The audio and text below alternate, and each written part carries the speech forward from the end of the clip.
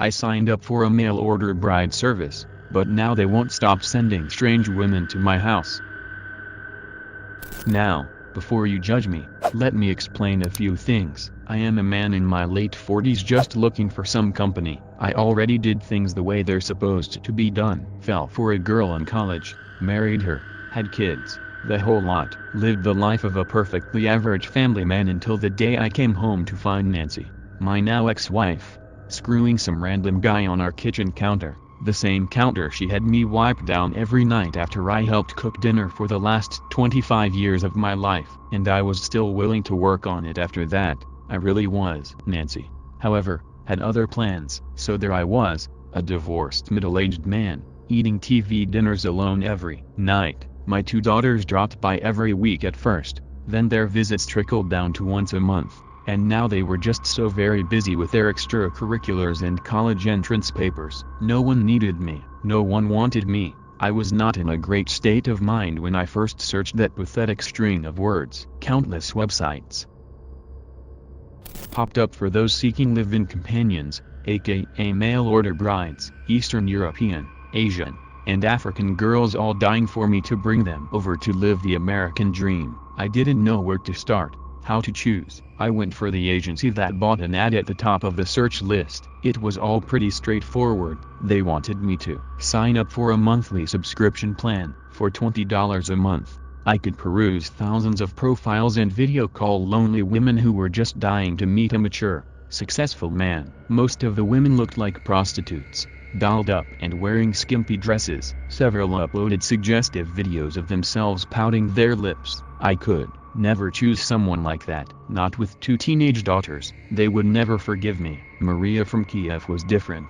She only had 2 plain photographs and a short description in her profile, but there was something authentic about her first message to me. Hello, I am Maria. I want to get to know you better. The bad English didn't put me off.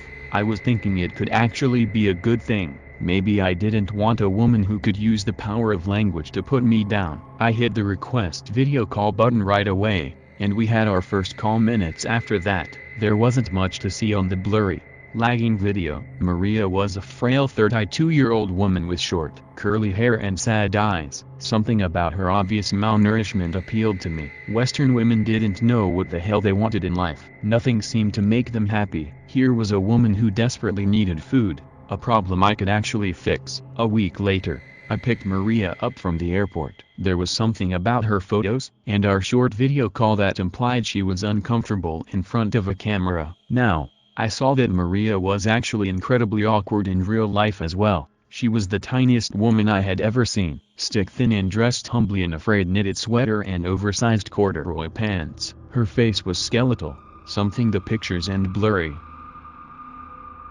webcam had failed to capture. Hello, I bellowed in my cheeriest voice. Welcome to the United States.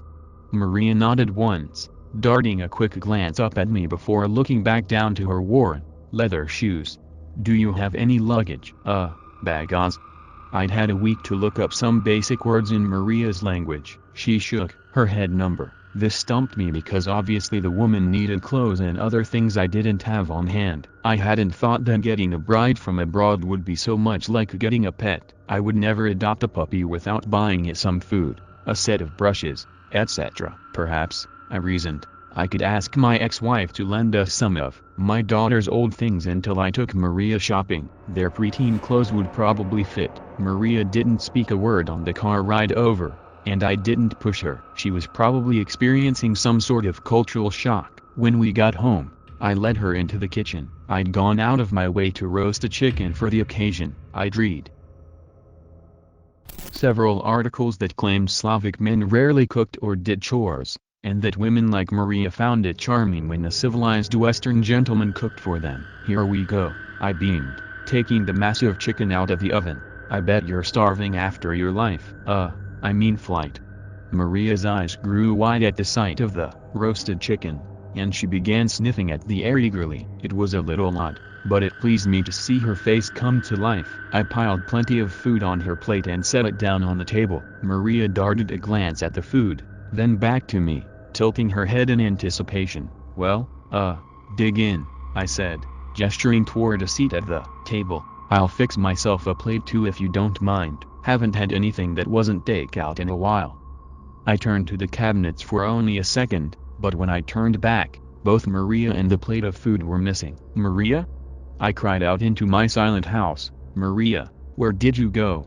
There was no reply, but I thought I heard a noise coming from my living room. The shock had worn off and I was starting to feel some real dread creeping up my spine. A part of me just wanted to run out of the house and call the police, but that felt too excessive. I had to give Maria the benefit of the doubt. Maybe there was a cross-cultural explanation. Perhaps in Ukraine they only ate in their living rooms. That was probably it, I reasoned, as I left my kitchen. It took me a few seconds to locate Maria's tiny frame behind the couch in the far corner of my living room. She had her back to me as she hunched over something on the ground. Based on the excessive guzzling noises, it was probably the missing plate of food. Maria from Kiev was barking mad. No, literally. She began barking and growling at me as I approached, her beady, expressionless eyes bulging as her fanged teeth chomped at the air, sending bits of chicken in my direction. That was it for me. I ran the hell out of my living room and up the stairs,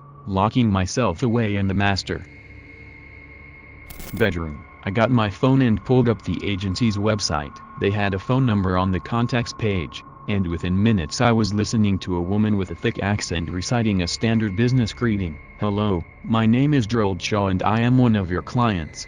I hesitated, trying to find the right words to describe my predicament. "How can we help you?" The woman asked. "My bride, Maria, arrived this afternoon, but there is something very wrong with her. I don't know who to call for help." "You are unhappy with bride Maria from Kiev?" "Yes. Not that I'm unhappy. I mean, it's not like that." I gripped my head. Jesus Christ, this wasn't a faulty blender complaint. There was an insane woman in my house. "No worry, Mr. Shaw, we send new bride?" The voice on the other end replied. "What?" "No," I exclaimed, but the line was already dead. I stared at my phone, trying to figure out how I would explain this entire ordeal to the police or ambulance. Was Maria even legal? Did she have any documents? I hadn't seen any. That's when I heard scratching at my bedroom door. I froze on the bed, but the scratching grew louder, a low whine accompanying it. I was just about to call 911 when the doorbell rang. Maria reacted right away, her barks growing distant as her tiny hands and feet scampered downstairs. Was it possible that the agency had called someone on my behalf? I looked outside my bedroom window. There were no patrol cars to be seen, but the cops could have come in an unmarked vehicle. Even if they weren't cops, even if it was just Gary, my idiot next-door neighbor, I decided I could really use some company in dealing with the whole barking bride situation. I grabbed my revolver and headed downstairs. I was less terrified of Maria now that I was armed, so I braced myself for whatever messed up scene awaited me. Maria, however, was nowhere to be found when I reached the front door. The doorbell was still ringing. "Hello, I am Ksenia from Vologda." A stunning, tall blonde greeted me as soon as I opened the door. "I hear too. Replace Maria from Kiev," she added in a deep, sultry voice. I did not know what to say. My mind had turned off as other, less frequently used body mechanisms kicked back into gear after years of stagnation. Ksenia smiled a dazzling, pearly white grin as she walked inside my house, shutting the door behind her. I did not think it possible for anyone to walk so gracefully in high heels, but Ksenia's narrow hips were pure art as they wriggled around my hallway in a very short, skin-tight purple dress. "Very nice big house," she purred. "Big man, big house, what else is big?" I could have forgotten all about the agency mix-up, forgotten the current political climate, stock market, year, my birth date, you name it. If Ksenia revealed herself to be a praying mantis after my own head, I would be okay with that too. At that moment, I was willing to do anything to get that gorgeous Russian girl in my bed. Maria had other plans, however. She let me know by sneaking up behind me and biting down on my left ankle hard. I screamed, stumbling back and tripping over a loose floorboard. I fell flat on my back, dropping the revolver on my way down to the floor. Ksenia picked it up and pointed the gun at Maria. "You filthy suka!" Ksenia screamed at Maria. No wonder he asked for replacement. You freak! Maria snarled, lunging at Ksenia's feet, pulling off a stiletto and scampering upstairs with the shoe wedged in between her teeth. Not my Louis Vuittons! Ksenia shrieked, before turning to me in a fury. How can you just lie there? Why you not help me? My blonde bride demanded, waving the revolver around as she took off her other shoe. I'm sorry, I said, standing up slowly, my eyes glued to the gun. I fell because Maria bit my foot. What you do about her? You just let her stay? Ksenia demanded with her hands at her hips, a stiletto in one, my revolver in the other. Just then, the doorbell rang again. I didn't want to open it, but Ksenia moved swiftly. Hello, I am Svetlana from Zevsk. A petite middle-aged woman stood in my doorway. Svetlana was dressed casually in jeans and a loose sweater, her auburn hair pulled back in a neat, conservative bun. My third bride's face was incredibly serious as she surveyed the scene in front of her. The resemblance to my ex-wife was uncanny, and I had to do a double take to make sure it wasn't actually Nancy. Faking an accent. You complain about me to agency? Ksenia raised her voice. And my gun. Again, you ask them to replace me with her? What? No. I exclaimed, backing away from both of the women, darting a glance behind me to make sure Maria wasn't lurking around, waiting to bite my other ankle. Devushka, uspokoyits, pazalista, Svetlana said to Ksenia in a condescending, matronly sort of way as she stared at my second bride's exposed thighs. Ksenia mumbled something back, self-consciously pulling the skirt of her dress down. Svetlana said something else in brisk Russian, which caused Ksenia to hand over my revolver. Svetlana examined the gun before sliding it into one of her back pockets. The other one is upstairs? She asked us matter-of-factly, and we nodded in sheepish unison. Okay, I go get her. I grabbed my phone as soon as Svetlana disappeared from view. Enough was enough. The woman had my gun, for crying out loud. I was just about to unlock the screen and dial 911, when Ksenia put her delicate hand on mine, shaking her head. Her sky-blue eyes were wide with fear as she raised a finger to her lips before drawing close. Not time for that. We leave right now, she whispered. There was true urgency in her voice as she shuffled her bare feet on my welcome mat. Don't worry, I'll get the police, I whispered back, raising my phone. You not understand? She hissed as panic-stricken tears welled in her eyes. That woman not with agency. She not even woman. What did you say, Ksenia? Svetlana's cool voice sounded at the top of the stairs. I turned to see her calmly gliding down the steps. Maria trailed behind on all fours, keeping low to the ground and whimpering slightly. Svetlana stopped a short distance in front of us, her sharp eyes inspecting us with disdain. An urgent fear began to gnaw at my stomach. I stole a glance at Ksenia, who was all but cowering at my side, slowly edging her way toward the front door, pleading in Russian. Maria howled, running to stand in front of me, as though protecting me from Svetlana. I was too slow to react. I was still trying to process the little things like Maria's barking, Ksenia's terrible English, the goddamn resemblance between Nancy and Svetlana. I was half convinced I'd gone mad. You have to understand, it was impossible to take any of it seriously. I really wish I had, though. Maybe then I could have prevented what came next. Svetlana moved fast, drawing and cocking my revolver, pushing me out of the way as she walked up to Ksenia and grabbed her long, bleached curls with force. The shot came seconds later as she blasted Ksenia's brains all over my hallway wall. Maria whimpered at my feet as Svetlana released her hold on my blonde bride's lifeless body. Ksenia's corpse fell to the floor with a thud. I feed now, Svetlana announced, giving me a small smile as she wiped her blood-stained hands on the sides of her jeans. Please take the meal up to the bathroom. I eat there. When I croaked, trying to remember how to speak. Take the body to the bathroom, Svetlana snapped back, turning aggressive. I go to eat, then we will discuss our marriage, okay?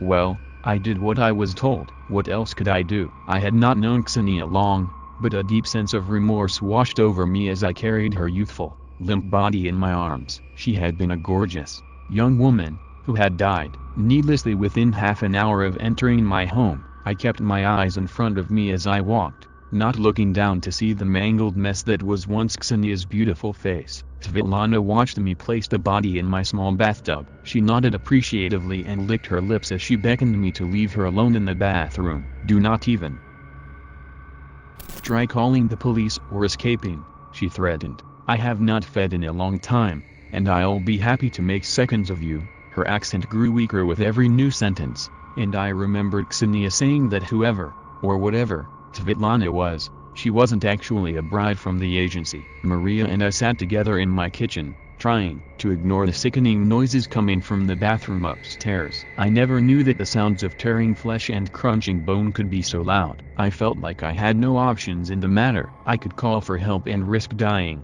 or I could face Svetlana and, what, also risk dying? I burst into sobs then, fear and misery washing over me as mucus spilled from my face. Maria rushed over, nosing her way into my arms and onto my lap. She was so small and light. I had to stop her from licking my hands and face though. It was a little too much. Still, I appreciated the comfort. The doorbell rang. I hesitated, waiting to see if the thing that claimed to be Svetlana from Zevsk would react, but the feeding noises continued, so I decided to take a chance and see who was at the door. You're probably thinking it was another bride, but it was actually my next-door neighbor, Gary. I'd never been so happy to see that stupid, pudgy face of his in my life. Hey Drold, Gary beamed, lifting a six-pack of Stellas in the air. What do you say, bud? How about us two lonely old bastards watch the game? What game? I asked, trying to figure out if I could get Gary to call for help without Svetlana finding out. Does it matter? He laughed. There's always some game on, isn't there? Oh, and who is this? Hello ladies. I turned around to see Maria and Svetlana standing behind me. Svetlana wore the same sweater and jeans as before, only they appeared spotlessly clean. How had she gotten rid of Ksenia's blood? Drolled, you old dog, aren't you going to introduce us? Gary demanded, smoothing the 3 strands of hair that covered his bald spot. Svetlana, Maria, this is my neighbor and friend, Gary, I said, not knowing what else to say or do. Gary, this is Maria from Kiev, my fiancé, and Svetlana from Zevsk, Russia. The thing woman flashed Gary some teeth as she reached out a hand. Maria's cousin. Ah, very nice, Gary said, taking Svetlana's hand in his, hesitating a moment, then planting a sloppy kiss on it. Well, are you going to let me in, Drold? You're acting mighty strange. These ladies have you all riled up? Gary howled with laughter as Svetlana joined in with a false, polite chuckle that chilled me to my core. I considered stepping aside to let my neighbor in, but hesitated as I remembered the blood spatter decorating my walls and floor. Svetlana was 2 steps ahead of me. Actually, Gary, I was just about to leave these 2 lovebirds to themselves. Svetlana smiled. Maybe you and I could have some beers at your place? Just like that, I was left alone with Maria and a large puddle of Ksenia's blood. I considered calling the cops, but there was no way to explain it all away. Where was Ksenia's body? Where was the gun that killed her? I could see it now. Too many questions, too many suspicious glances thrown my way. I just wanted things to go back to normal. I considered calling the agency about Maria from Kiev, but the possibility of them sending over yet another bride was more than I could handle. Besides, what would they do with Maria? Would they send her back home? What sort of disturbing life had she come from that made her so canine? Maria mostly walks upright these days, and though she doesn't speak in any human sort of way, she lets me know what she needs through body language and growling. She can tell the barking disturbs me, so she's been trying to do less of that. Obviously it's not the same as having a real wife, especially in the bedroom, where I have to keep her off the bed or she starts staring up the pillows. Haven't seen Gary since that fateful day. The police came by to question Maria and me recently, but I said we hadn't seen him in weeks. Maria nodded silently,